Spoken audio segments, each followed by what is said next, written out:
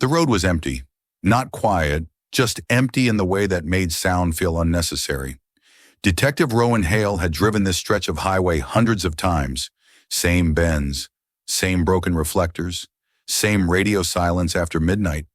He noticed the car because it drifted. Not fast, not reckless, just slightly unsure of where it belonged. Rowan flicked on the lights. Red, blue, routine. Or so he thought. The sedan rolled to a stop without hesitation. That detail stayed with him. People who panic hesitate. People with nothing to hide usually don't. Rowan stepped out of the cruiser. Night air pressed against him, cold enough to sharpen the senses. He approached slowly, hand near his belt, eyes scanning. The window rolled down. "Evening," he said. "Before we go any further, if you value slow-burn stories where truth arrives too late and consequences don't ask permission, consider subscribing now. These narrations are built to be felt, not rushed, and this story only gets heavier from here." The woman behind the wheel didn't look at him immediately. She kept both hands visible. Too careful. "Yes, officer," she said. Her voice landed first. Not her face, not her eyes. Her voice. Something in his chest tightened. Rowan didn't know why. "License and registration," he said. She nodded and reached for the glove compartment. "May I?" she asked. Rowan paused. That was unusual. Most people move first and ask later. "Go ahead," he said. She retrieved a small stack of papers. No wallet. "I don't have ID," she said calmly. Rowan raised an eyebrow. "Any reason why?" She met his eyes then, and held them. "Because I wasn't planning to be found," she said. Rowan ran the information she provided. Mara Elwick. No warrants, no record, no history. It was as if the name had been invented minutes ago. "That's not possible," he muttered. She watched him from the side mirror. "I get that a lot," she said. Rowan looked up. Her face was older than his memory suggested. Lines where laughter might have lived. Eyes that carried something unfinished. "Step out of the vehicle," he said. She did, slowly, deliberately. When she stood under the headlights, the world shifted. Not dramatically, quietly. The kind of shift that doesn't announce itself until it's too late. Rowan noticed the scar first. Thin, faded, running along her left wrist. His breath caught. He knew that scar. He had bandaged it once, years ago, with shaking hands and borrowed hope. "Mara," he said. The name felt wrong in his mouth. She tilted her head. "You still say names like you expect them to stay," she replied. Then she looked at him properly, and everything stopped. "Rowan," she said, not as a question, when as a conclusion. He felt the badge on his chest grow heavier. 12 years earlier, Lila Serene had vanished, declared missing, then presumed dead, his wife, and now she was standing under patrol lights like she had never left. "You look older," Rowan said. It was the wrong thing to say. She smiled faintly. "So do you," Lila replied. "Badge suits you. I wondered how you'd survive without hiding behind something." Rowan swallowed. "You're supposed to be dead." She nodded. "I know," she said. "That was the plan." Rowan called it in. He had to. Protocol demanded it. Fear insisted on it. But as backup arrived, he already knew something irreversible had begun. Lila didn't resist. She never had. As the cruiser door closed, she leaned toward the glass. "They told me you'd become a good man," she said softly. "And they were wrong. Some stories don't begin with violence. They begin with memory. And memory, when it returns uninvited, doesn't knock." The interrogation room was smaller than Rowan remembered. Or maybe he had grown used to space. Authority tends to do that. Lila sat with her hands folded on the metal table. No cuffs, no requests. She didn't look afraid. That unsettled him more than resistance ever could. Rowan closed the door behind them. The click sounded final. "You shouldn't be here," Rowan said. Lila raised an eyebrow. "I could say the same," she replied. He took the chair across from her. Didn't open the folder. Didn't turn on the recorder. That was his first mistake of the night. "You disappeared," he said. "No calls, no body, no trail." "I didn't disappear," Lila said. "I was removed." Rowan's jaw tightened. And that's not how it was reported. She smiled thinly. Of course it wasn't. Lila leaned back. Do you remember the quarry road? She asked. Rowan froze. I told you not to drive that way, he said quietly. You told me a lot of things, she replied. Most of them were about keeping quiet. The memory surfaced without permission. A fight, raised voices, a slammed door, and later, headlights, hands, a blow he hadn't seen. Rowan's breath slowed. You came home, he said. You were scared. You said someone followed you. Yes, Lila said. And you told me not to report it. Rowan shifted in his chair. That's not fair, he said. I was protecting you. She leaned forward. You were protecting yourself. Silence filled the room. Rowan had filed the report himself. A missing persons case with soft language. No urgency.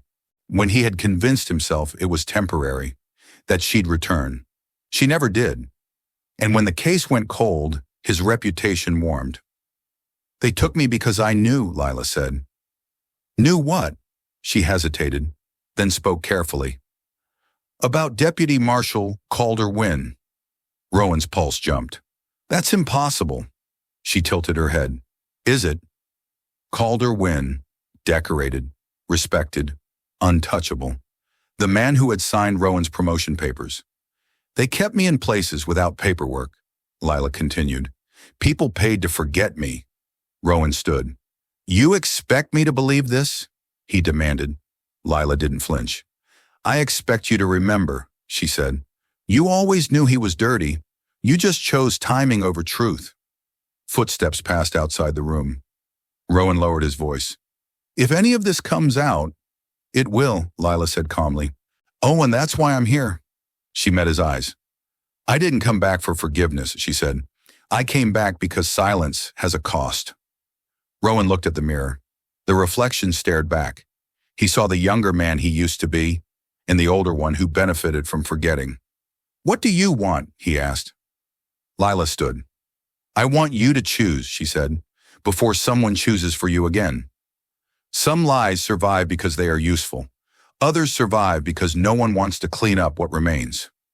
Rowan had lived inside one for 12 years, and now it was awake. Rowan didn't sleep. He sat at his kitchen table long after dawn, badge beside his coffee, phone face down. Every sound felt louder than it should have. At 6:42 a.m., it rang. Internal Affairs. Detective Hale, the voice said, neutral and polite. We need you to come in. Rowan didn't ask why. He already knew. The IA office smelled like old paper and reheated air. Captain Evan Rosk, gray at the temples and careful with words, slid a folder across the desk. Rowan recognized it immediately. Case number 11-4827, Lila Serene. His handwriting stared back at him. You were the first responder, Rosk said. You wrote the initial assessment. Rowan nodded. You categorized it as a voluntary disappearance, Rosk continued. No evidence of foul play, minimal follow-up. Rowan swallowed. That's correct. Rosk tapped the folder. That decision shaped everything that followed. Why didn't you escalate it? Rosk asked. Rowan's mouth opened. Closed. He chose carefully. She was unstable, he said. We'd argued. She needed space. Rosk watched him. You ever consider you might have been wrong? Rowan didn't answer. That was answer enough. Rosk flipped a page. There's something else, he said. A call placed the night she vanished. Rowan's chest tightened. From her phone, Rosk continued. Pinged near Quarry Road. Rowan stared. That call was never logged, he said. Rosk nodded. It was rerouted, he replied, by someone with departmental access. Rowan felt cold. Calder Wynne, Rosk said quietly. The name settled between them. Rosk leaned back. You weren't the only one who benefited from this case going quiet, he added. Rowan stood abruptly. You think I was part of something? He said. Rosk met his eyes. I think you were useful, he replied, and usefulness doesn't require intent. They brought Lila in later that afternoon. Different room, same questions. She didn't raise her voice. Didn't dramatize. She spoke like someone who had practiced silence too long. They followed me after the argument, she said. I noticed the car. I called Rowan. Rowan closed his eyes. He told me to come home, she continued, to avoid attention. Her hands tightened. I never made it. They held me in buildings without names, Lila said. Rooms without windows. Rosk listened. Rowan didn't. He couldn't. They told me I was invisible, she added. And they were right. I escaped years later, Lila said. Not dramatically, quietly. She looked at Rowan. I waited to see who you became. Rowan finally met her gaze. And? He asked. She exhaled. You became someone who believed silence meant safety. That evening, Rowan was placed on administrative leave. Badge surrendered, weapons secured, no charges. Not yet. As he left the building, he saw his reflection in the glass. He barely recognized it. Rowan packed his desk in silence. No one stopped him. No one offered sympathy. Silence had always been the department's favorite language. He placed the contents into a cardboard box. Photos, a coffee mug, a commendation plaque he never liked. The box felt heavier than it should have. That night, Rowan opened an old notebook. Not official, not logged. A habit from before he trusted systems. He flipped to a page marked with a faint star. Calder Wynn wasn't the only name there. Below it were two more. A transport supervisor, a county contractor. Men who didn't arrest. Men who didn't interrogate. Men who moved people. Rowan felt something collapse inside him. He found Lila in a holding room meant for temporary stays. She sat on the bench, hands clasped. They're watching, she said without looking up. I know, Rowan replied. He sat beside her. For a moment they existed like they used to. Two people sharing a quiet. Then reality returned. Why now? Rowan asked. Lila took a breath. Because I heard Calder Wynn is sick, she said. Because men like him only confess when dying. Rowan's jaw tightened. You waited 12 years, he said. I waited until you were powerful enough to matter, she replied. That hurt more than accusation. There was a night, Lila continued. 3 years in. Rowan listened. They offered me a way out, she said. A deal. Rowan turned. What kind of deal? She hesitated. Freedom, she said. In exchange for silence. Permanently. Rowan felt ill. And you refused? She nodded. Because silence already took my life once. I didn't run, Lila said. I was released. Rowan stared. They thought time had erased me, she added. They were wrong. The next morning subpoenas landed. Not public. Targeted. Files disappeared.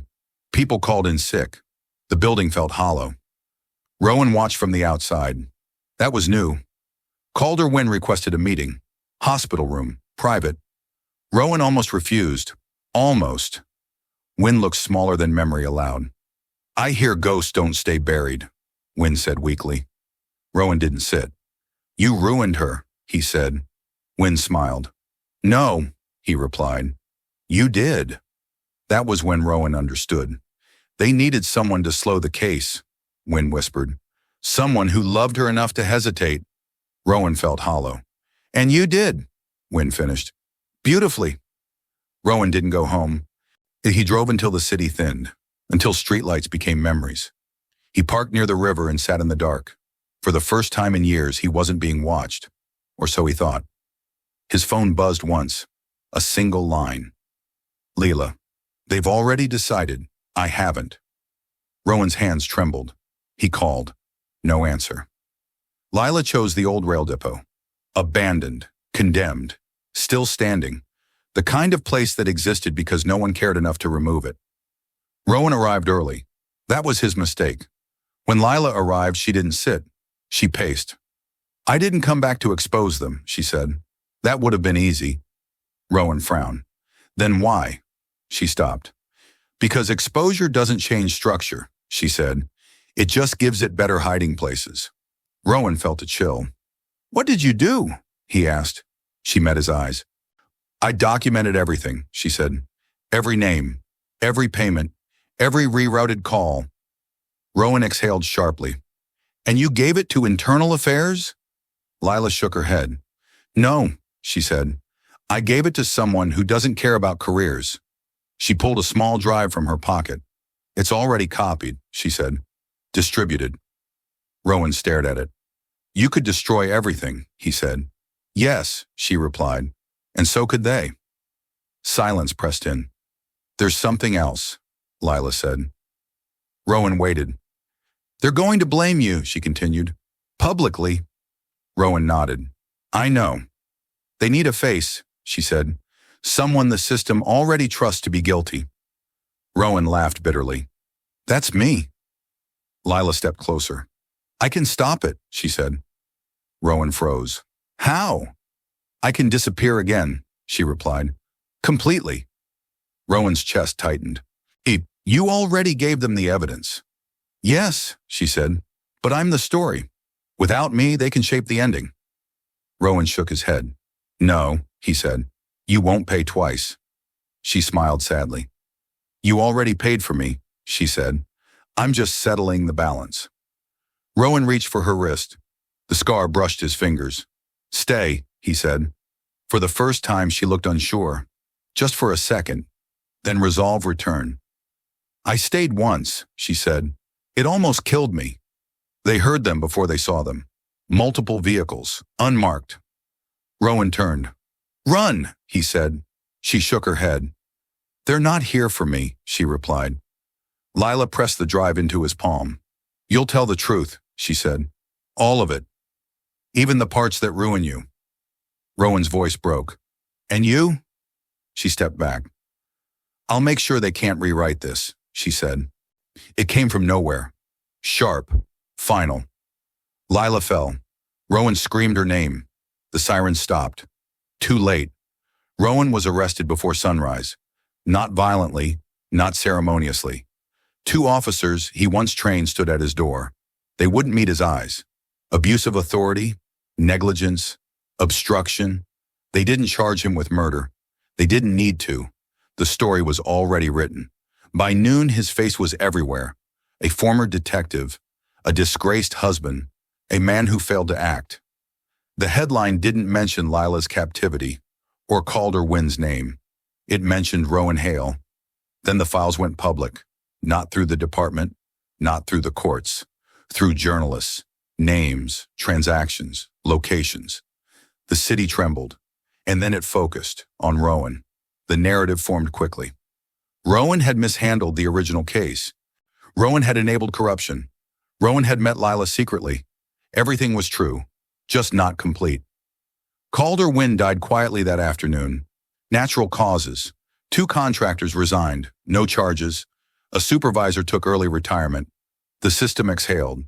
They gave Rowan one chance to speak. A press room, bright lights. He told the truth. All of it. He named names. He admitted guilt. He described Lila's captivity. The room was silent. Then the questions came. They weren't about her. They were about him. Public opinion moved faster than law. Rowan was found guilty without a trial. By the time the court convened, it was a formality. He accepted the plea. 12 years. The same amount of time Lila had been erased. The cell was clean. Quiet.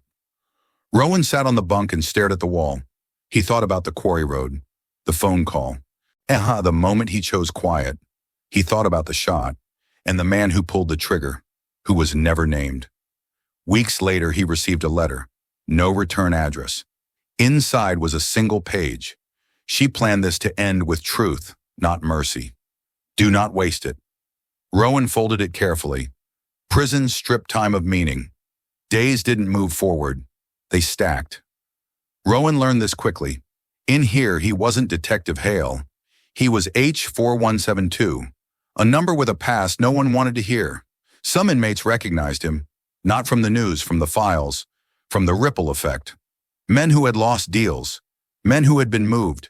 They didn't speak to him. They watched. Rowan slept poorly. Every sound echoed.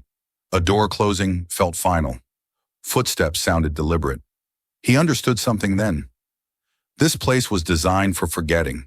He dreamed of Lila, and not as she died, as she was before, barefoot in the kitchen, laughing quietly. That hurt more.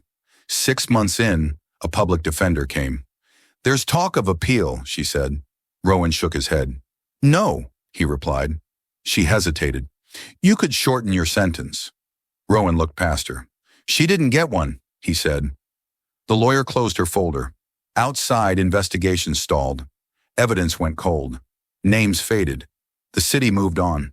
It always did. Rowan began writing. Not appeals. Accounts. Detailed. Careful. He sent them to journalists, historians, places that archived uncomfortable truths. Most didn't respond. A few did. The guards noticed. His mail slowed. His privileges shrank. He was transferred. Twice.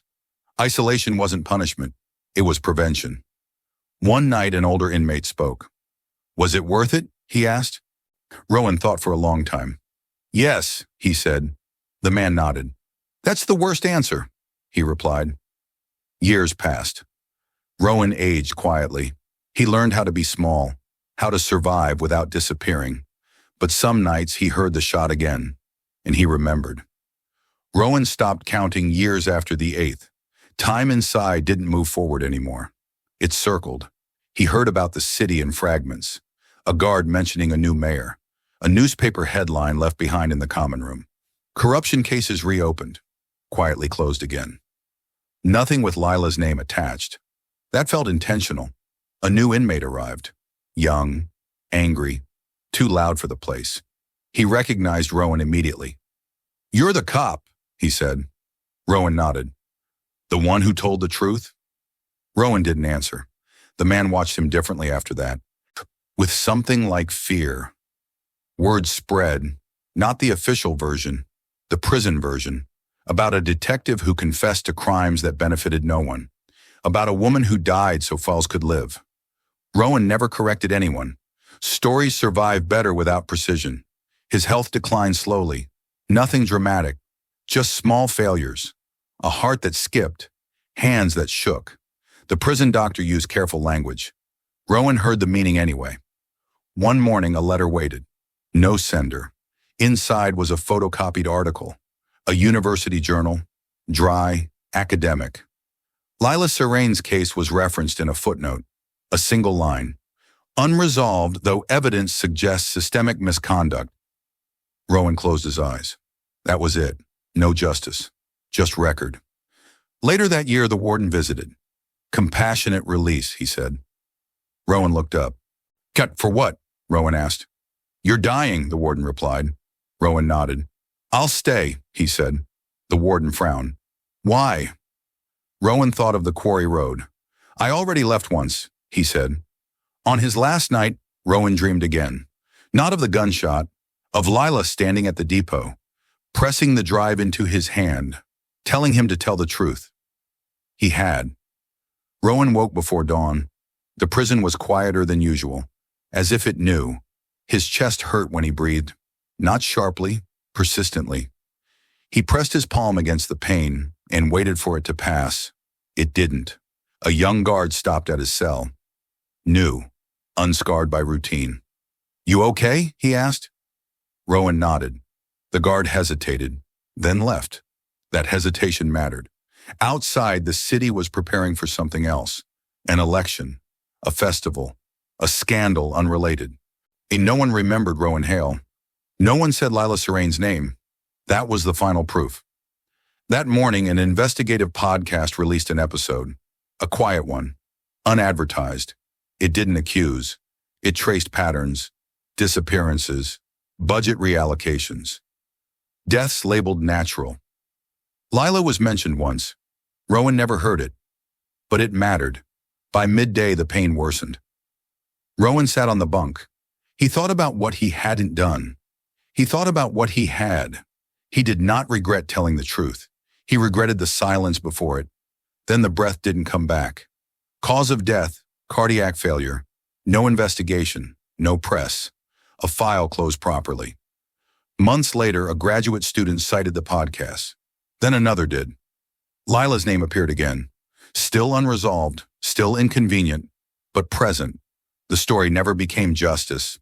It became reference, footnote, pattern. a warning for anyone who bothered to look. Rowan Hale was buried without ceremony, a county plot, a thin marker, no rank, no history, just a name and 2 dates. No one attended because no one was notified. That was intentional. The system prefers clean endings. The city continued exactly as it always had. Buildings rose, budgets shifted. A new corruption scandal replaced the old one.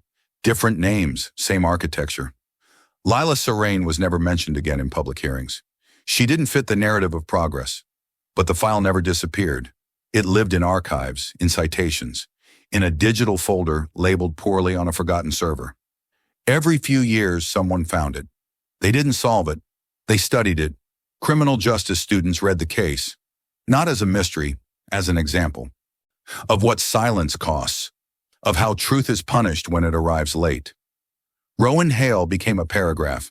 Lila Serene became a name underlined twice. Years later, a retired guard visited the cemetery. He stood quietly. He had been the young guard who hesitated. He placed nothing on the grave. He didn't stay long, but he remembered. Nothing was made right.